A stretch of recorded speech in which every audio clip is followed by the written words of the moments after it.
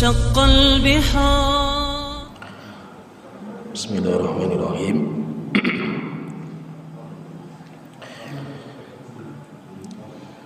Alhamdulillahi rabbil alamin. Wassalatu wassalamu ala asrafil anbiya'i wal mursalin nabiyina Muhammad wa ala alihi wa sahbihi wa man tabi'ahum bi ihsanin ila yaumiddin. Amma ba'du. Kita melanjutkan kitab Ushulul Iman, pembahasan tentang rukun iman. Dan alhamdulillah pembahasan kita sudah sampai iman kepada hari kiamat. Dan telah kita sebutkan bahwa beriman kepada hari kiamat harus beriman kepada 4 perkara.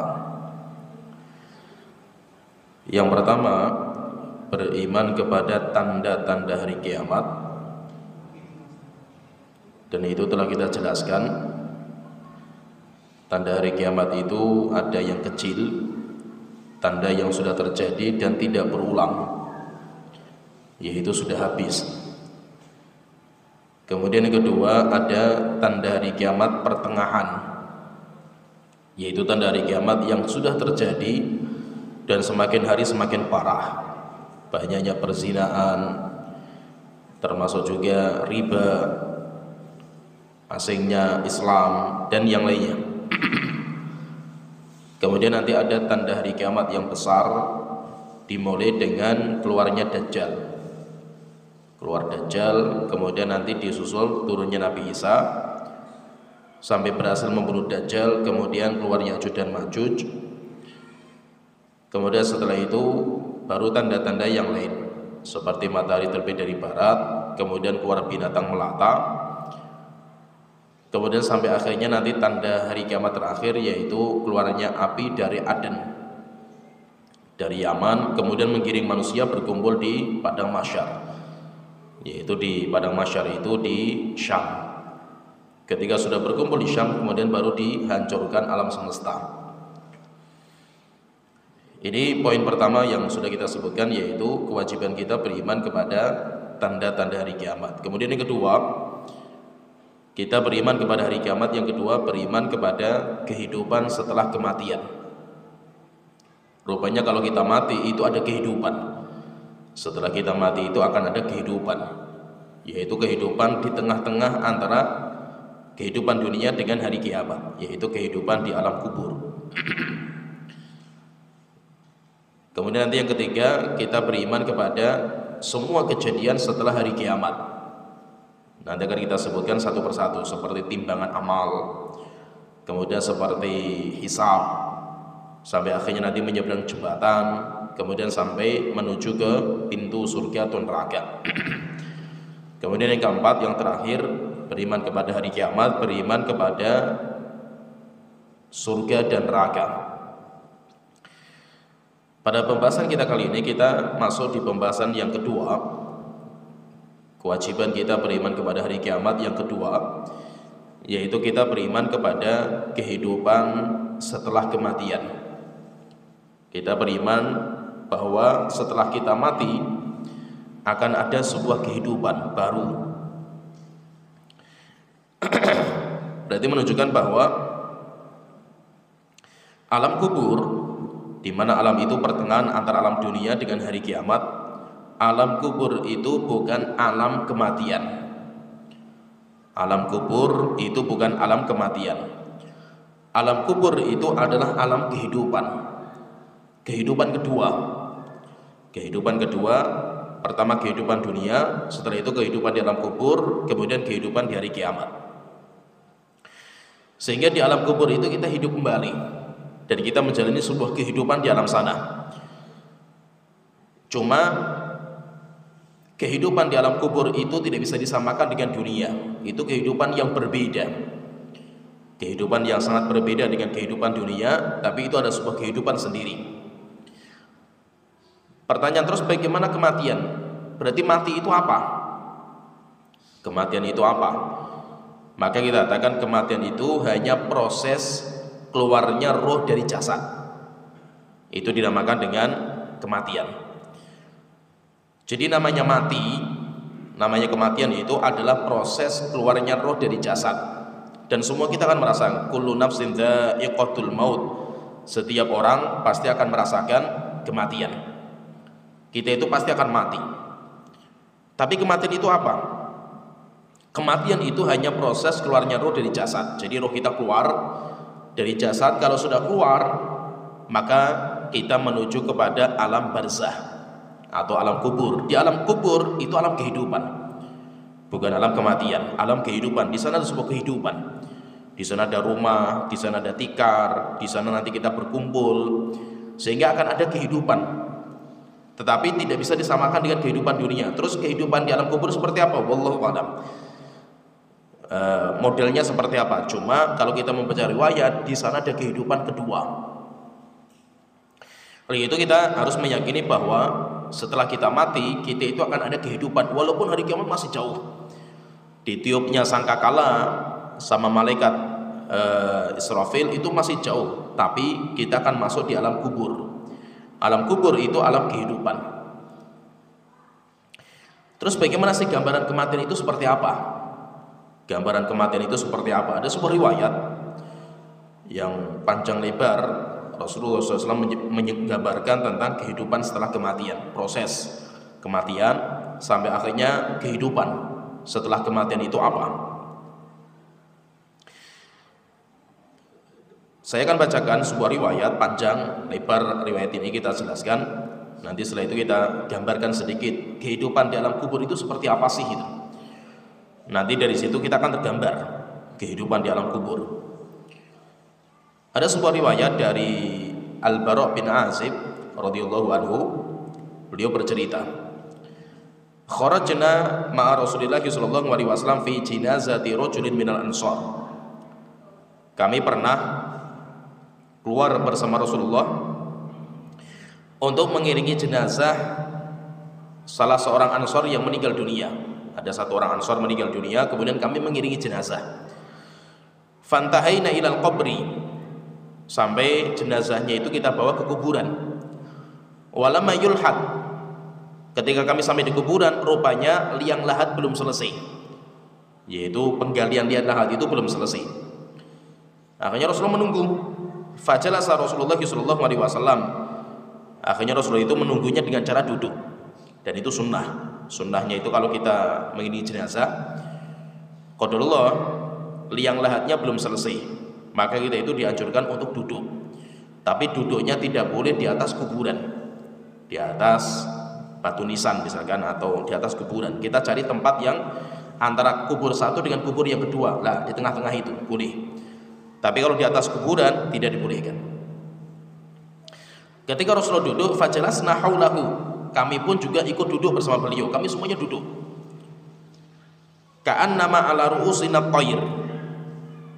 Dan kami itu semuanya diam, khusyuk. Kami semuanya diam mendengar omongan Rasulullah, sampai kepala kami itu seperti di atas kepala kami itu ada burungnya. Jadi di atas kepala kami itu kayak ada burung yang hinggap. Maksudnya apa? Maksudnya itu kepala kami nggak bergerak, karena burung itu tidak akan hinggap di tempat yang bergerak. Wa fi yadihi 'udun yankutu bihi fil ardi. Dan Rasul itu duduk, beliau itu tangannya megang kayu, kemudian kayu ini ditancapkan di tanah. Rasulullah menancapkan kayunya di tanah, dan Rasul itu menunduk. Lama sekali Rasul itu menunduk. Farafa ra'sahu, tiba-tiba Rasul itu mengangkat kepala beliau. Kemudian beliau bersabda, Ista'idhu billahi min azabil qabri. Berlindunglah kalian kepada Allah dari azab kubur. Ista'idhu billahi min azabil qabri. Berlindunglah kalian dari azab kubur. Ista'idhu billahi min azabil qabri. Berlindunglah kalian semuanya dari azab kubur. Langsung kami mengatakan, Na'udhu billahi min azabil qabri. Kami berlindung kepada Allah Ta'ala dari azab kubur. Setelah itu Rasulullah mengatakan, wa innahu la yasma'u khafqani alihi idza wallau mudbirin. Ingat, nanti kalau kita keluar dari sini, maka orang yang dikuburkan ini mendengar suara sandal kita, suara terompah kita. Setelah itu Rasulullah bercerita panjang lebar tentang kehidupan setelah kematian. Maka Rasulullah bersabda, innal abdal mu'min, orang yang beriman. Ini cerita yang pertama. Jadi nanti ceritanya dibagi menjadi dua bagian. Cerita orang mukmin, kemudian nanti yang kedua cerita orang kafir, bagaimana kehidupan orang kafir di alam barzahnya. Rasulullah mengatakan, innal abdal mu'min, seorang yang beriman, idza kana fin qita'in minad dunya wa ibadin minal akhirati, kalau kehidupan dunia sudah berakhir dan dia menuju kehidupan akhirat, yaitu berarti sudah datang ajal. Kalau sudah datang ajalnya, nazala ilaihi minas sama'i malaikatun bidul wujuh, maka para malaikat turun dari atas langit, dan jumlahnya banyak sekali malaikat ini, dan wajah malaikat itu putih cemerlang.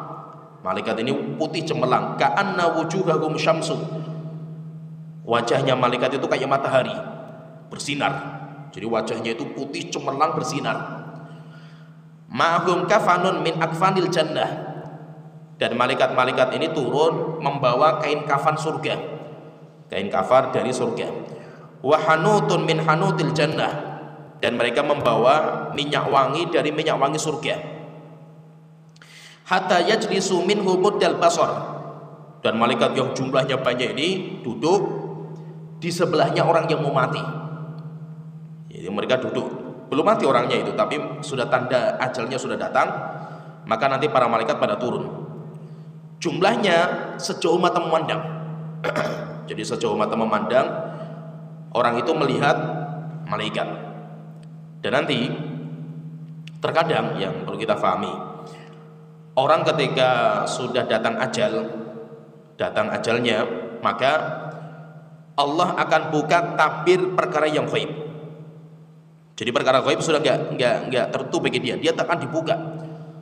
Sehingga orang kalau sudah mau meninggal dunia, sudah datang ajalnya, dia akan melihat sesuatu yang kita enggak melihat. Sehingga terkadang apa? Dia itu nanti akan mengatakan ucapan-ucapan yang aneh, kita itu enggak tahu gitu. Karena memang itu sudah dibuka perkara yang gaib, kita enggak melihat. Sehingga banyak sekali cerita orang-orang ketika mau meninggal dunia itu ceritanya aneh-aneh. Ada yang seorang teman, ya jamaah kita, cerita ketika bapaknya itu mau meninggal di hari Jumat pagi hari. Bapaknya mengatakan kepada anak-anaknya, "Nak, kok di luar itu banyak tamu-tamu berjubah putih?" Mereka suruh masuk. Anaknya keluar melihat di luar nggak ada apa-apa. Setelah itu bilang sama bapaknya, "Pak, nggak ada apa-apa, Pak." Gitu. "Ada banyak sekali itu. Tolong bersihkan rumahnya." Akhirnya rumahnya dibersihkan. Ketika rumahnya dibersihkan, setelah itu bapaknya mengatakan, "Nak, kamu jangan lama-lama sholat Jumat. Ini tamunya masih pada nunggu." Hanya qadullah sholat Jumat, terlambat sedikit pulang ke rumah, bapaknya sudah meninggal dunia. Dan itu cerita banyak sebenarnya, cerita-cerita seperti ini banyak sekali. Jadi orang ketika sudah datang ajalnya, hijab perkara yang gaib itu sudah dibuka sama Allah Ta'ala, sehingga dia akan melihat sesuatu yang orang normal tidak akan melihatnya. Jadi malaikat ini yang bawa kain kafan dari surga, minyak wangi dari surga, itu duduk di sebelah orang itu sejauh mata memandang jumlahnya. Tsumma yaji'u malakul mauti hatta yajlisa inda ra'sihi, sampai datang pemimpin mereka. Satu pemimpin mereka yang namanya malakul maut, dinamakan dengan malaikat maut. Satu. Setelah itu malaikat ini duduk di sebelah kepalanya. Kalau tadi kan di sebelah orangnya, kalau ini sebelah kepalanya. Kemudian malaikat itu memegang kepalanya dipegang. Kemudian malaikat mengatakan, "Ayyatuhan nafsu thayyibah, wahai jiwa yang bersih, jiwa yang baik, ukhruji ila magfirati minallahi wa ridwan, keluarlah kamu dari jasad kamu ini untuk menggapai pengampunan Allah dan ridhonya." Setelah itu dicabut ke atas. Jadi rohnya itu dicabut ke atas dari kepala, dicabut ke atas, sehingga nanti lubang keluarnya itu ubun-ubun. Jadi ubun-ubun itu tempat keluarnya ruh. Nah itu biasanya kalau orang itu meninggal dunia, dia nanti akan diikuti dengan pandangan mata. Sehingga orang mati itu biasanya matanya ikut melihat ke atas, terbelangak ke atas. Kenapa? Karena roh itu keluar diikuti dengan pandangan mata. Setelah itu Rasul mengatakan fatakhruju tasilu kama tasilul qatratu min fiyis saqa. Kemudian akan dicabut ruhnya mudah, dicabut dengan sangat mudah, seperti gambarannya seperti air yang keluar dari mulut tiko, yang keluar dari mulut tiko. Tapi walaupun mudah, orang mukmin itu mudah keluarnya ruhnya itu dari jasadnya, tapi namanya kematian itu sakit. Orang Nabi kita Muhammad saja itu, Nabi Muhammad manusia paling bersih, itu saja beliau merasakan sakitnya sakaratul maut. Sampai beliau mengatakan la ilaha illallah inna lil mauti la sakarat, sesungguhnya kematian itu ada sekaratnya. Sampai Fatimah putrinya yang melihat Rasulullah itu sampai gak tega, sampai Fatimah itu menangis. Kenapa? Karena berat, orang itu meninggal dunia itu berat. Sehingga walaupun orang mukmin itu meninggalnya itu kayak air yang keluar dari teko, itu pun sudah paling ringan. Itu paling ringan, itu pun rasanya sakitnya luar biasa. Dalam riwayat yang lain Rasulullah menyebutkan keluarnya itu seperti adonan roti. Dalam adonan roti itu ada rambut, ada rambut dalam adonan roti, kemudian rambutnya diambil mudah, karena ini masih adonan, belum kering rotinya, karena masih jadi adonan.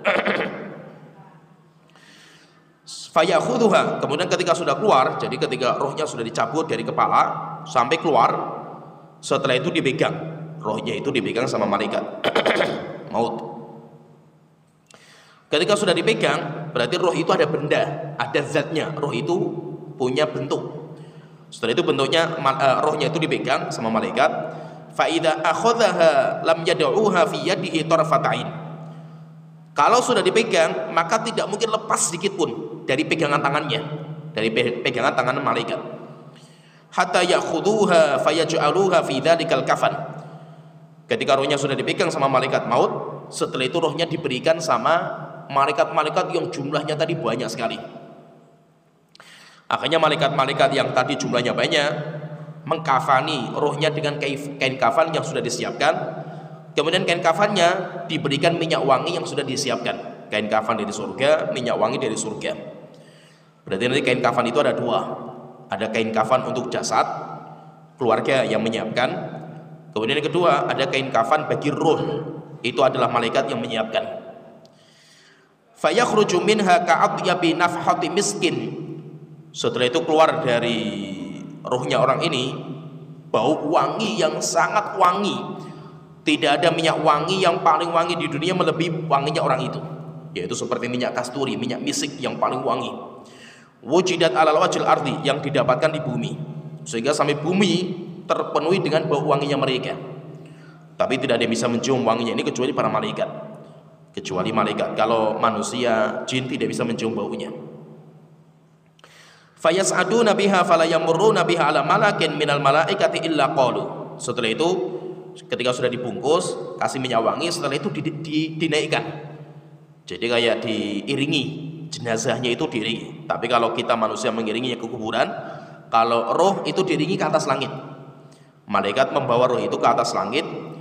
Nanti ketika naik ke atas langit melewati malaikat-malaikat yang berkumpul, maka malaikat-malaikat itu bangga dengan bau wanginya. Setelah itu malaikat itu bertanya, "Ma hadzal ruhu thayyib?" Rohnya siapa yang sangat indah dan baik ini? Maka malaikat yang membawa mengatakan fayaquluna, malaikat mengatakan fulan bin fulan. Ini adalah rohnya fulan bin fulan, yaitu disebutkan nama dia dan nama bapaknya. Bi ahsani asma'ihi allati kanu yusammunaha fid dunya. Disebutkan nama terbaik yang pernah dinamakan sama orang itu di dunia.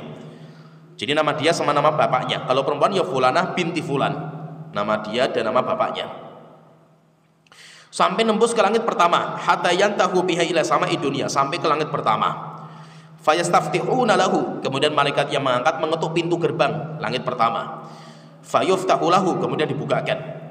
Fayushayyi'uhu min kulli sama'in muqarribuha ila sama'il lati taliha. Jadi sistemnya itu, kalau Rasul menyebutkan ini, jadi malaikat yang di bumi, yang tadi jumlahnya banyak, tadi yang menyiapkan kain kafan dan minyak wangi, itu membawa cuma sampai di langit pertama. Langit pertama, ketika sampai langit pertama dibukakan, kemudian dinaikkan ke langit kedua. Dinaikkan ke langit kedua, malaikat yang di langit pertama semuanya ikut mengiringi jenazah. Jadi kayak kita di jalan, kemudian ketemu dengan rombongan pengiring jenazah, akhirnya kita ikut.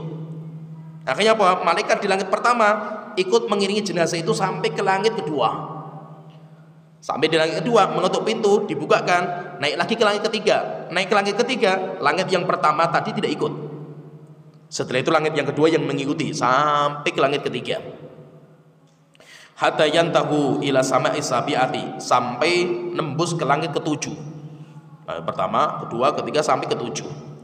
Fayaqulullahu azza wa jalla, maka Allah Ta'ala berfirman kepada malaikat yang membawa, uktubu kitaba abdi fi illiyin, tulislah atau daftar nama hambaku di tempat yang paling tinggi, yaitu daftar, catat nama dia dan nama bapaknya, dicatat nanti sama malaikat, sama didata. Setelah dicatat, fa'aiduhu abdi ilal ardi, setelah itu kembalikan hambaku ke bumi. Setelah didata, jadi naik ke atas langit itu cuma untuk pendataan, didata namanya siapa, bin siapa. Fa inni minha khalaqtuhum, setelah itu kembalikan ke bumi. Kenapa kembalikan lagi ke bumi ruhnya itu? Karena dari bumi kami menciptakan mereka. Wa fiha u'idukum, dan kembali ke bumi kami kembalikan mereka. Wa minha ukhrijukum taratan ukhra, dan dari bumi juga nanti kami bangkitkan mereka dari tanah, yaitu dari pembangkitan yang lain. Fatu'adu ruhuhu, setelah itu ruhnya dikembalikan. Ruhnya dikembalikan sampai menyatu antara roh dengan jasad. Antara roh dengan jasad nanti dikembalikan, roh dan jasad menyatu lagi. Pertanyaan, apakah itu roh di dunia, jasad di dunia? Bukan. Ini bukan jasad di dunia. Nah, itu kalau kita itu memakamkan jenazah, jasad kita makamkan, setelah itu kita kuburkan, tidak ada kejadian apa-apa. Tidak ada didudukkan, tidak ada ditanya malaikat, tidak ada. Lah, pertanyaan, karena katanya Rasulullah tadi mengatakan bahwa roh dikembalikan lagi ke jasad. Kita katakan itu bukan jasad dunia. Itu adalah jasad di alam barzah. Ada jasad sendiri. Kalau ada orang matinya sampai dibakar, sampai jadi abu, atau dimakan binatang buas sampai jadi kotoran, tetap rohnya akan dikembalikan ke jasadnya. Karena di alam barzah itu menyatu lagi antara roh dan jasad. Cuma jasad alam barzah, bukan jasad di dunia. Jasad di dunia mungkin sudah dimakan tanah, hancur. Cuma di alam barzah itu punya jasad sendiri. Jasad sendiri itu ada. Kalau dalam riwayat yang lain, ketika malaikat itu menurunkan, jadi menurunkan ke bumi rohnya itu, rupanya jasadnya itu belum dibawa ke kuburan, sehingga rohnya itu masuk lagi ke rumah. Rohnya itu nanti masuk ke rumah. Maka itu ketika ada orang ditimpa musibah kematian, Rasulullah SAW mengatakan la taqulu illal khair, penghuni rumah jangan mengatakan kecuali kebaikan. Kenapa tidak boleh mengatakan kecuali kebaikan? Karena rohnya itu masih di situ. Demikian juga para malaikat yang mengantar itu masih di situ. Demikian juga sampai Rasulullah mengatakan innal mayyit la yu'adzab bi buka'i ahlihi, mayit akan diazab dengan tangisan keluarganya. Berarti maksudnya apa? Ketika ada keluarga yang menangis, mayit itu melihat, sehingga mayit itu juga merasa sedih dengan tangisan keluarganya. Jadi mayit itu ketika meninggal dunia, rohnya itu ikut membersami jenazahnya. Ketika dimandikan, rohnya itu ngomong sebenarnya kepada kita, cuma kita nggak mendengar. Pelan-pelan memandikan jenazah saya. Ketika dikafani, kemudian ketika dibawa kuburan, orang sampai bertanya, mau bawa kemana jasad saya? Orangnya itu, rohnya ikut. Sampai akhirnya dimakamkan dalam kuburan, rohnya itu ngomong kepada kita, tolong pelan-pelan menimpakan tanah kepada jasad saya. Cuma kita nggak ada yang mendengar. Jadi ada riwayat juga seperti itu. Setelah itu ketika sudah selesai dimakamkan, setelah itu kita pulang, maka rohnya itu mendengar suara terompah kita. Jadi suara kita itu mayit itu mendengar. Kemudian setelah dikembalikan rohnya, setelah itu rohnya dikembalikan ke jasad. Rohnya dikembalikan lagi ke jasad. Ketika sudah kembali ke jasad, maka Rasulullah mengatakan fayatihi malakan. Setelah itu datang dua malaikat. Malaikat ini dinamakan dengan malaikat Munkar dan Nakir. Datang dua malaikat. Nanti ada beberapa sifat malaikat ini. Ada riwayat yang mengatakan aswadani asrokon, warnanya hitam dan biru. Malaikat itu warnanya hitam dan biru. Terjadi khilaf di antara para ulama, maksudnya hitam biru itu apanya? Ada yang mengatakan jasadnya. Malaikat itu jasadnya ada dua, sebelah kanannya hitam, sebelah kirinya biru. Ada juga yang mengatakan itu matanya. Matanya malaikat itu ada yang hitam, satunya biru. Setelah itu orang itu akan didatangi sama malaikat Munkar dan Nakir, fayujlisanihi. Kemudian malaikat itu mendudukkan, ayo duduk. Setelah itu orang itu duduk. Nah, orang itu duduk, itu bukan di kuburan. Kuburan beda. Kuburan itu bukan alam kubur. Fahami, kuburan bukan alam kubur. Sehingga walaupun orang itu dikuburkan, ya nggak ada proses duduk itu, jenazahnya nggak ada sama sekali, tetap tiduran. Kenapa? Karena ini alam yang berbeda. Ini bukan alam kuburan, ini alam kubur. Alam kubur itu alam barzah. Akhirnya orang itu duduk. Nah, orang itu duduk. Setelah itu malaikat bertanya. Fayaqulani lahu, malaikat bertanya kepada dua orang itu. Dua malaikat itu tanya sama orang itu, man rabbuka? Siapa Tuhanmu? Fayaqulu rabbi Allah. Maka orang mukmin mengatakan Tuhan saya Allah Ta'ala. Fayaqulani lahu, kemudian orang itu, malaikat lagi bertanya sama orang itu, madinuka? Apa agama kamu? Fayaqulu diniyal Islam, agama saya Islam. Fayaqulani lahu, kemudian tanya lagi, ma hadzal rajulul ladzi bu'itsa fikum? Siapa laki-laki yang diutus kepada kamu ini? Yaitu maksudnya siapa Muhammad?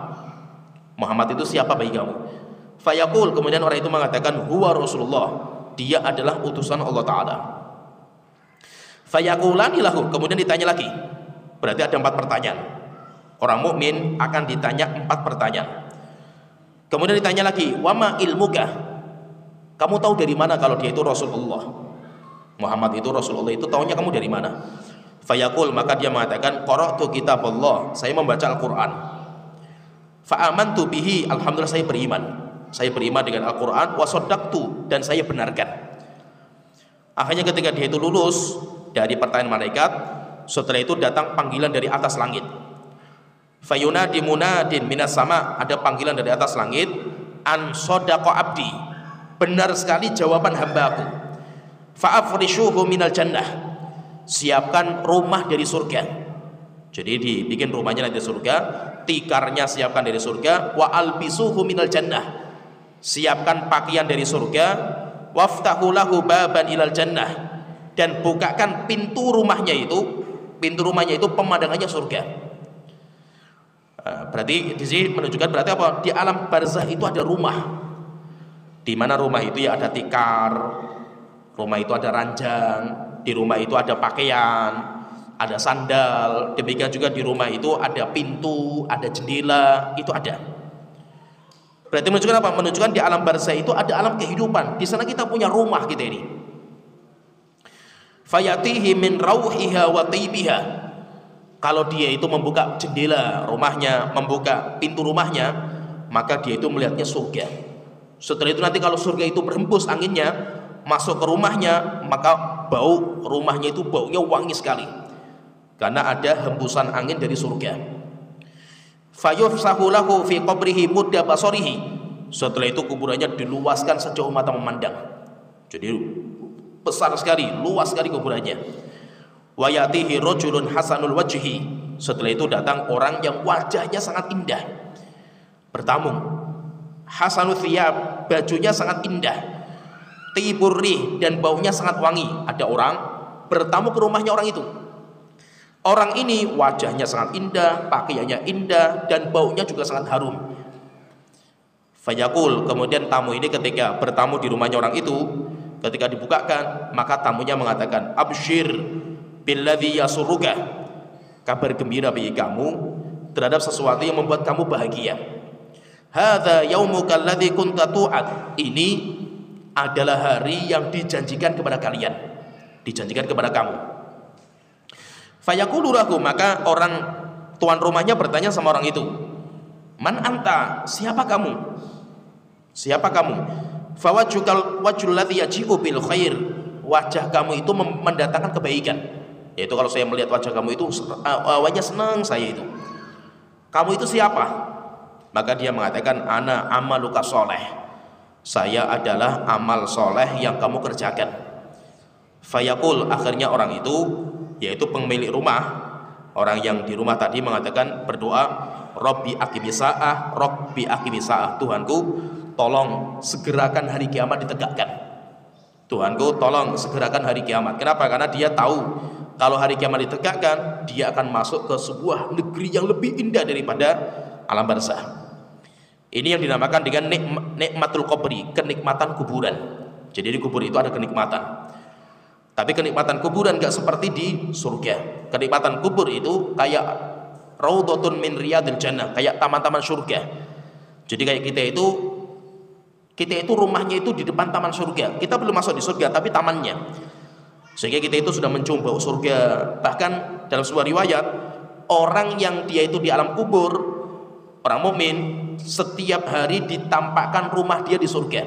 Jadi dia bisa melihat rumahnya di surga, bisa melihat kenikmatan yang ada di surga. Cuma tidak diizinkan untuk menikmati atau masuk rumah di surga. Kenapa? Karena belum masuk, waktunya di surga itu belum ada. Dia masih di alam kubur. Ini kalau orang yang beriman. Ini cerita yang pertama, orang yang beriman. Setelah Rasulullah bercerita, wa annal abdal kafir, sedangkan hamba Allah yang kafir, idza kana fi inqita'in min dunya, ketika sudah berakhir kehidupan dunia, wa iqbalin minal akhirati, dan dia harus melanjutkan kehidupan di hari kiamat. Nazala ilaihi minas sama'i malaikatun sudul wujuh, akan turun para malaikat dari atas langit, malaikat-malaikat yang hitam kelam wajahnya.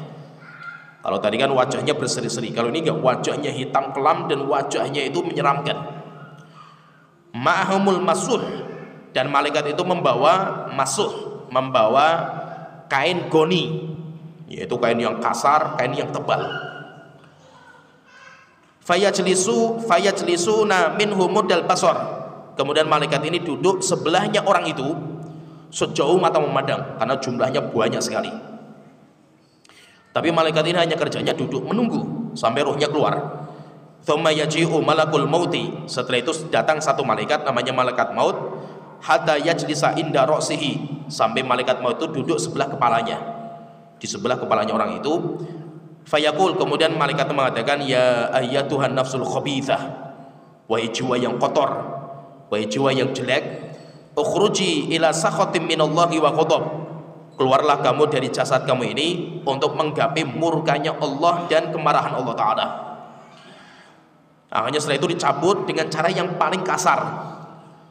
Fatafruqu fi jasadihi, setelah itu yaitu cara mencabutnya itu dengan cara dipukuli dulu sama malaikat. Dipukuli sama malaikat, setelah itu dicabut sampai urat nadinya sobek-sobek. Fayantazi'uha kama yunza'us safud min sufil mablul, kemudian dicabut dengan cara yang paling kasar, ibaratnya seperti kain goni yang dibasahi kemudian dikasih kail.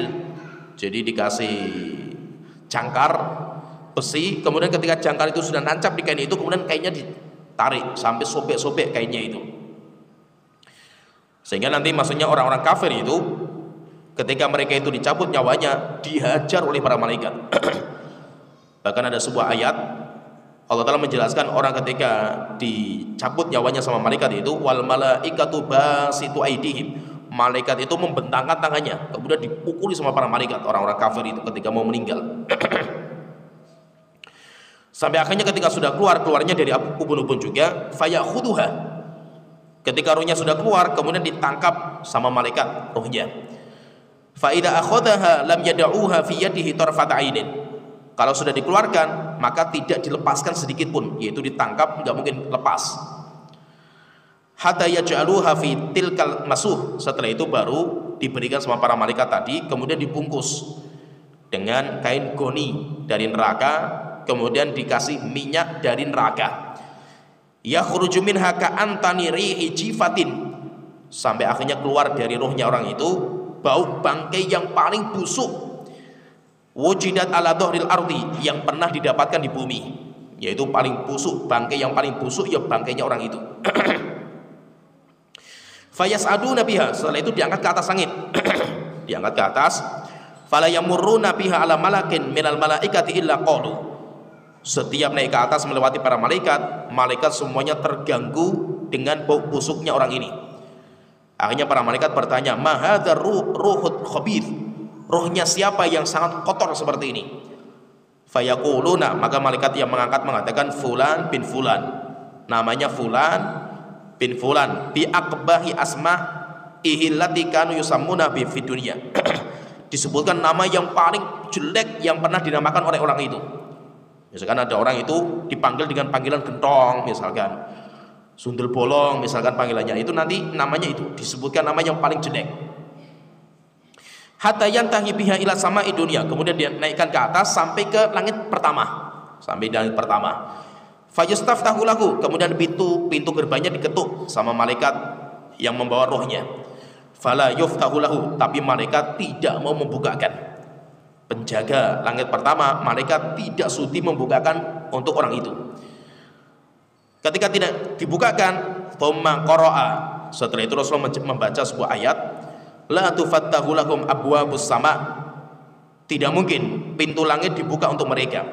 Wala yadkhulunal jannah, apalagi mereka bisa masuk surga, hatta yalijal jamalu fi samil khiyat, walaupun ada onta yang bisa masuk dalam lubang jarum, tidak mungkin mereka itu bisa masuk ke pintu langit, ke pintu surga.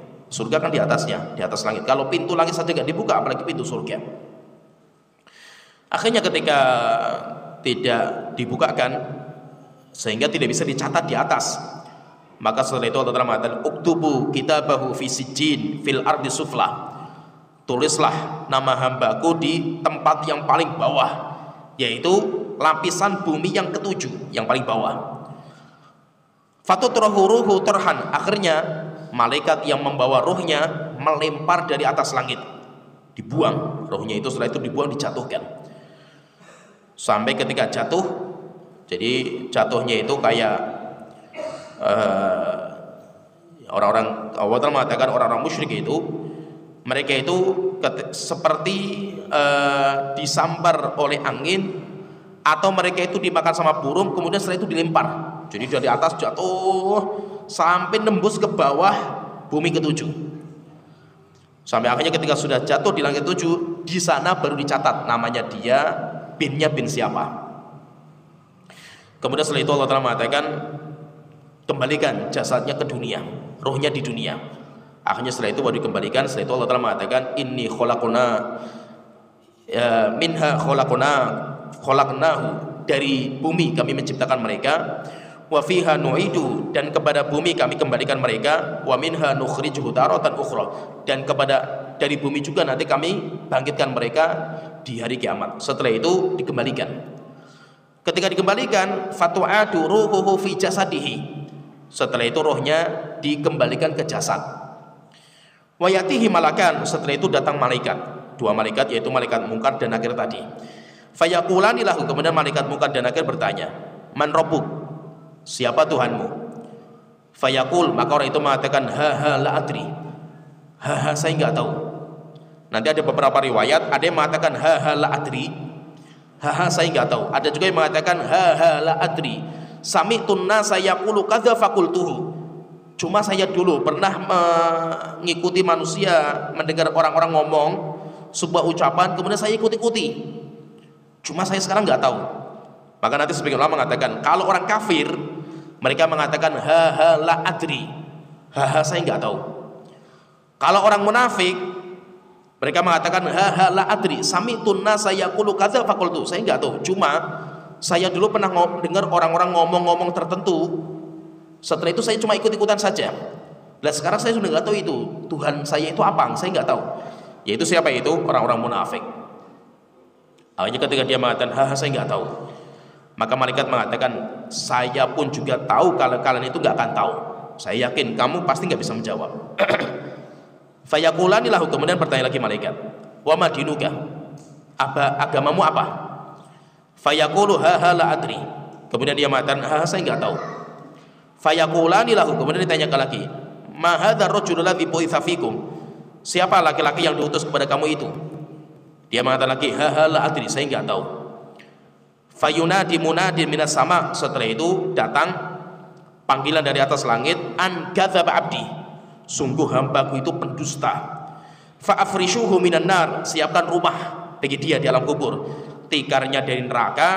Waftahu lahu baban ilan nar, dan buka pintu rumahnya. Jadi kalau rumah pintunya rahmat dibuka, jendelanya dibuka, pemandangannya dia lihat cuma neraka. Fayatihi min harriha wa samumiha, setelah itu nanti kalau dibuka pintunya, maka akan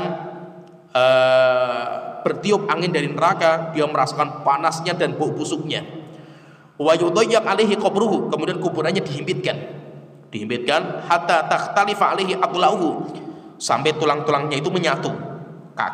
Tulang kaki sama tulang kepala itu bisa menyatu. Dalam sebuah riwayat setelah itu disebutkan itu, thumma yuqayyadu lahu a'mal abgam. Setelah itu didatangi, yaitu datang satu malaikat. Ini bukan malaikat Munkar dan Nakir, beda. Thumma yuqayyad lahu a'ma abgam. Setelah itu datang satu malaikat yang malaikat itu buta dan malaikat itu bisu. Jadi dia buta dan dia itu bisu. Mahu mirzabatun min hadid, dan dia malaikat ini membawa palu besi, yaitu buta tuli. Sehingga apa? Dia nggak mendengar orang mau teriak bagaimanapun terserah, dia nggak mendengar. Lauturi babi hajabalun lasorot turaban. Kemudian malaikat itu memukul dengan pukulan yang keras sekali sampai Rasulullah menyebutkan jika palu itu dipukulkan kepada gunung, niscaya gunung itu akan hancur berkeping-keping menjadi debu. Fayadribuhu biha darbatan. Setelah itu dipukulkan satu pukulan, yasma'uha ma bainal masyriq wal maghrib. Semua makhluk sampai ke timur dan barat semuanya mendengar suara teriakan orang yang dipukul itu. Illa thaqalin, kecuali dua makhluk, yaitu manusia dan jin. Fayasiru turaban. Setelah itu saking kerasnya pukulan itu sampai orangnya pun hancur berkeping-keping sampai menjadi debu, sampai hancur. Setelah hancur tubuhnya, dipukul sama malaikat sampai hancur. Setelah itu malaikat mengatakan, "Qum, berdiri lagi kamu." Setelah itu jasadnya menyatu lagi. Jadi kepingan yang sudah jadi debu itu saking kerasnya pukulan malaikat. Setelah itu menyatu lagi. Setelah itu yaitu berdirilah orang itu. Ketika sudah berdiri orang itu, setelah itu dia itu masuk ke rumahnya. Dia disuruh masuk ke rumah yang tadi kita sebutkan. Rumahnya itu tikarnya di neraka, pakaiannya di neraka, pintu gerbangnya, pintu rumah dan jendelanya kalau dibuka, yang dia lihat cuma neraka. Akhirnya ketika dia di rumahnya, fayatihi rajulun qabihul wajhi. Setelah itu datang tamu yang wajahnya sangat menyeramkan, qabihul thiyab, bajunya sangat kotor, muntinurrih, baunya sangat busuk. Fayaqul, kemudian tamu ini mengatakan, absyir billadzi yasu'uka, kabar gembira dengan sebuah kabar yang sangat celaka, jelek bagi kamu. Hadza yaumukal ladzi kuntu tu'ad, ini adalah hari yang dijanjikan kepada kamu. Fayaqul, maka penghuni rumah mengatakan kepada tamunya itu, man anta, kamu itu siapa? Fawajuka waju yaji'u bisyar, wajah kamu itu sangat menyeramkan, saya kalau melihat kamu itu saya takut. Fayaqul, maka orang itu mengatakan, yang datang tadi mengatakan, ana amalukal khabith, saya adalah amal dosa yang kamu kerjakan. Setelah itu orang yang dikuburkan ini mengatakan, Rabbi la tuqimi sa'ah, Tuhanku tolong jangan dibangkitkan hari kiamat. Dan orang itu nanti setiap hari ditampakkan rumah yang di neraka, sehingga dia melihat bagaimana bentuk-bentuk azab yang sudah Allah telah siapkan. Akhirnya dia ketakutan. Setelah itu dia mengatakan, Tuhanku tolong jangan dibangkitkan hari kiamat. Kalau bangkit hari kiamat, nanti dia akan masuk ke rumah yang di neraka yang penuh dengan azab. Ini hadis ini sahih, dikeluarkan oleh Imam Abu Dawud dan yang lainnya, dan disahihkan oleh Syalbani. Jadi kita fahami tadi dari cerita yang disebutkan sama Rasulullah SAW bahwa alam kubur itu merupakan alam kehidupan. Terus bagaimana masalah-masalah yang berkaitan dengan kehidupan di alam barzakh?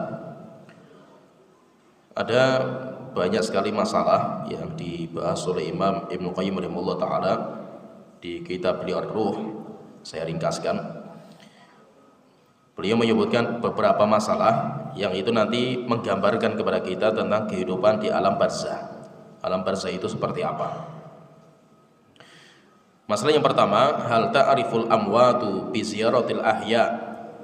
Apakah orang yang sudah mati, orang yang sudah meninggal di alam barzakh, kemudian ada orang yang hidup yang menziarahi kuburnya dan mengucapkan salam kepada si mayit.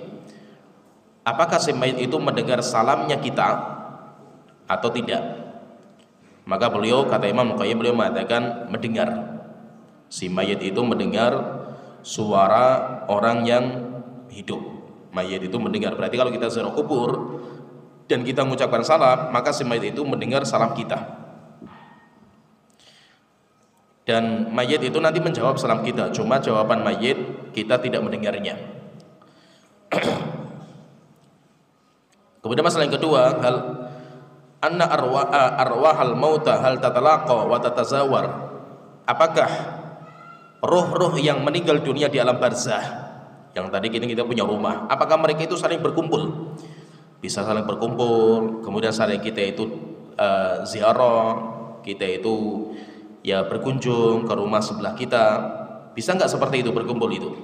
Maka beliau mengatakan al arwah kisman. Roh itu ada dua macam. Yang pertama, arwahun mu'adzabatun, roh yang diazab, seperti rohnya orang kafir, orang munafik, pelaku dosa dan maksiat. Maka azabnya menyibukkan dia untuk berkumpul dengan roh yang lain. Sehingga kalau roh yang diazab, mereka tidak akan berkumpul dengan roh yang lain. Yang kedua, arwahun muna'amatun, roh yang mendapatkan kenikmatan. Yaitu seperti orang mukmin tadi, wa hiya mursalatun ghairu mahbusatin. Kalau roh seperti ini, maka mereka akan dilepas. Sehingga mereka bebas mau kemana, dan mereka itu mau berkumpul kepada siapa mereka bebas. Sehingga ada roh yang berkumpul sama Rasulullah, ada roh yang berkumpul sama orang tuanya, itu ada. Kemudian masalah yang ketiga, hal tatalaqa arwahul ahya wa arwahul mauta. Apakah mungkin roh orang yang masih hidup bisa berjumpa dengan rohnya orang yang sudah mati? Roh orang yang masih hidup bisa nggak berkumpul atau berjumpa dengan rohnya orang yang sudah mati? Maka beliau mengatakan na'am, bisa. Bisa. Taltaqi alwahul ahya'i wal amwat. Roh orang mati bisa ketemu dengan rohnya orang yang masih hidup. Di kapan? Ketika tidur. Ketika tidur. Maka ketika kita tidur itu, kemudian kita bermimpi, kita ketemu dengan bapak kita yang sudah meninggal dunia, maka mungkin itu adalah bapak kita asli. Bapak kita asli. Terkadang bapak kita nanti mengatakan kepada kita, "Nak, saya menyimpan harta misalkan di bawah lemari, coba kamu bongkar." Ketika dibongkar memang ada. Dan itu banyak kejadian seperti itu. Cuma belum pasti kalau itu adalah bapaknya. Mungkin syaitan yang menjelma, dan syaitan bisa. Karena syaitan itu bisa menjelma kepada semua bentuk kecuali bentuk Nabi Muhammad SAW. Tapi kalau bentuk yang lain bisa. Kemudian masalah yang keempat, hal arwah tamutu am yamutul al badan faqat. Apakah roh itu merasakan kematian atau kematian itu hanya badannya saja? Maka beliau mengatakan mautun nufus huwa mufaraqatuha li ajsadiyya. Kematian bagi roh itu adalah proses keluarnya roh dari jasad. Ya, jadi roh itu mati enggak? Roh itu mati. Roh itu mati. Jasad mati enggak? Kalau jasad jelas mati. Ketika mati nanti dikuburkan di kuburan, selesai. Dimakan sama tanah, habis. Tapi roh itu merasakan kematian enggak? Merasakan kematian. Tapi pertanyaan, roh itu merasakan kematiannya kayak apa? Apa kayak jasad diem, nanti setelah itu hancur? Enggak. Roh itu matinya cuma proses keluarnya dari jasadnya saja. Keluar dari jasad itu namanya kematian bagi roh. Setelah keluar, roh itu setelah itu masuk di alam barzah. Kemudian masalah yang kelima, kaifa tata'arraful arwah ba'da mufaraqatil abdan. Setelah roh itu keluar, bagaimana orang itu bisa mengetahui, oh ini rohnya fulan, ini rohnya fulan, oh ini Tobroni, ini siapa? Tahu. Apakah roh itu memiliki bentuk? Maka beliau mengatakan annaha ba'da mufaraqatiha al-jasad ta'khudhu min badaniha suratan tatamayyazu biha. Jadi roh itu berzat, memiliki bentuk. Jadi roh itu enggak seperti air yang modelnya ngikuti wadah. Wadahnya bulat, ya airnya ikut bulat. Wadahnya kotak, ya ikut kotak. Enggak seperti itu. Tapi roh itu memiliki zat, memiliki kepala, tangan, kaki. Sehingga ketika keluar, orang tahu, oh ini rohnya fulan, tahu. Sehingga bentuknya itu ada. Bukan kayak angin, udara yang tidak ada bentuknya, atau bukan seperti air yang membias. Enggak, roh itu punya bentuk. Kemudian masalah yang keenam, al arwah hal tu'adu ilal mayyit fi qabrihi waqta su'al amla. Apakah roh itu dikembalikan kepada jasad ketika ditanya? Maka jelas tadi kita katakan dikembalikan, sebagaimana hadis yang panjang lebar kita sebutkan. Nanti ada namanya fitnatul qabri, ada namanya azabul qabri. Jadi ada dua, ada namanya fitnah kubur, ada namanya azab kubur. Fitnah kubur itu pertanyaan malaikat mungkar dan nakir, itu namanya fitnah. Sedangkan setelah ditanya, orang itu kalau selamat dia mendapatkan kenikmatan, kalau tidak dia mendapatkan azab. Berarti azab sama fitnah itu beda. Kalau fitnah itu pertanyaan, kalau azab ya konsekuensi setelah dia itu nggak bisa menjawab pertanyaan malaikat, nanti akan disiksa sama malaikat. Kemudian masalah yang ke-7, hal azabul qabri yakunu fin nafsi au alal badani au al nafsi dunal badan. Apakah azab kubur itu menimpa jasad dan ruhnya, sama-sama dua-duanya, atau jasadnya saja atau ruhnya saja? Maka beliau mengatakan mazhabus salafil ummati wa aimatiha, mazhab ulama salaf kita, bahwasanya azab dan nikmat kubur itu dirasakan bagi jasad dan ruhnya. Walaupun di alam kubur itu adalah alamnya ruh, tetapi jasad ikut merasakan. Seperti di dunia itu alamnya jasad, tapi roh juga ikut merasakan. Kemudian masalah yang berikutnya, mal hikmatu fi kauni azabil qabri lam yudkar fil Quran. Kenapa azab kubur itu tidak disebutkan dalam Al-Quran? Maka beliau mengatakan jawabannya ada dua. Jawaban yang pertama karena memang namanya azab kubur nggak disebutkan, cuma Nabi Muhammad itu kan mendapatkan wahyu juga selain Al-Quran, yaitu hadis. Kalau Rasulullah sudah menyebutkan, ya berarti itu benar, harus kita percayai. Kemudian jawaban yang kedua secara rinci, azab kubur itu disebutkan di Al-Quran, cuma tidak dinamakan dengan azabul qabri. Disebutkan namanya azab sebelum azab yang besar. Seperti misalkan Allah Ta'ala menceritakan tentang Fir'aun dan kaumnya, an-naru yu'raduna 'alaiha ghuduwan wa 'ashiyah.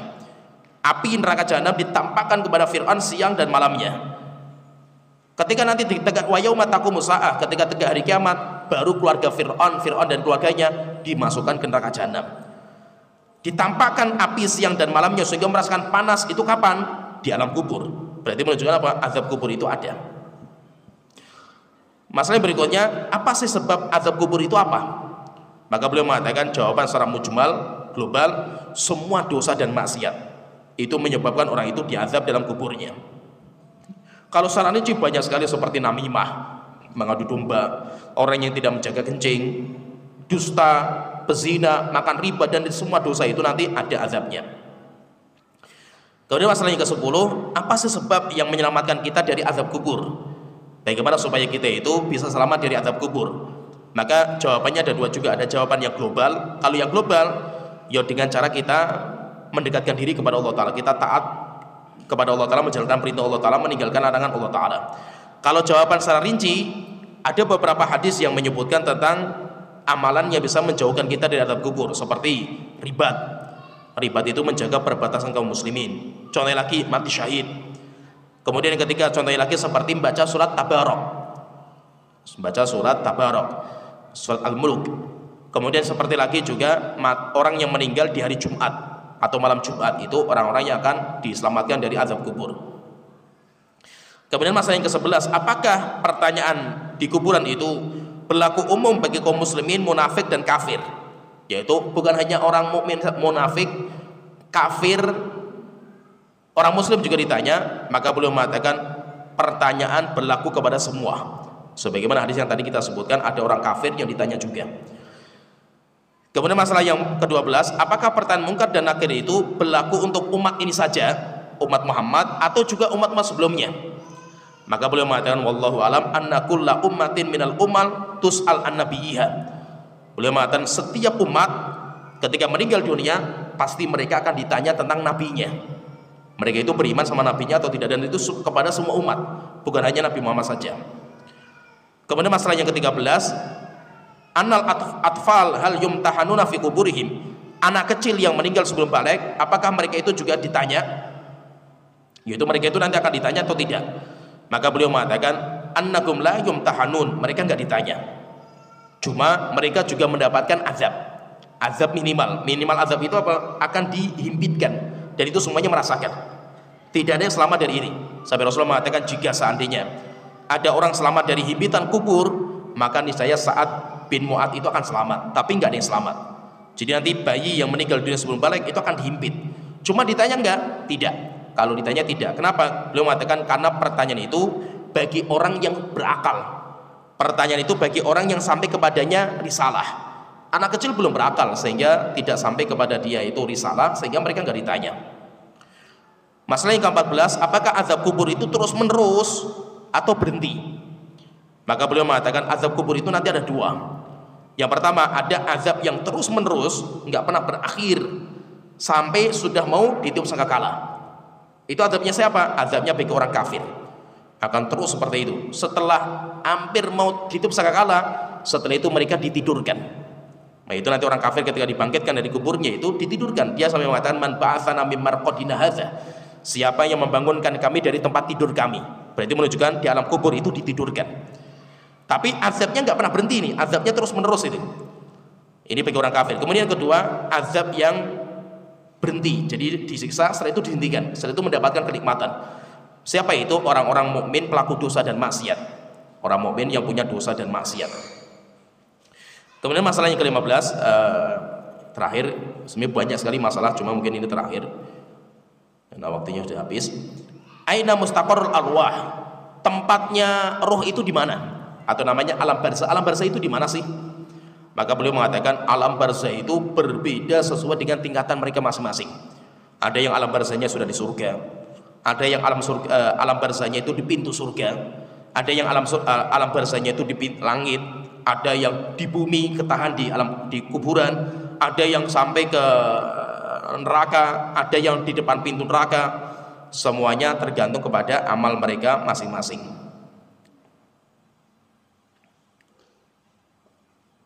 Ya, sampai di sini beberapa permasalahan yang berkaitan dengan kehidupan di alam barzah. Intinya kehidupan alam barzah itu gambarnya seperti itu. Kehidupannya seperti itu. Tapi nanti secara detailnya kayak apa sih di sana itu, yuk kita nggak bisa menggambarkan. Apakah mereka makan dan makanannya seperti itu, wallahu alam.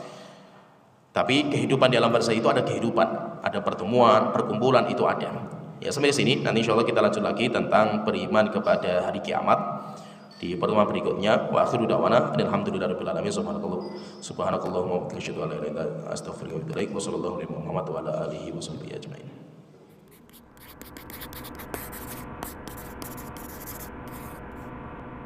Donasi dakwah multimedia Nida Salam. Berikan donasi terbaik Anda untuk dakwah dan pendidikan Islam.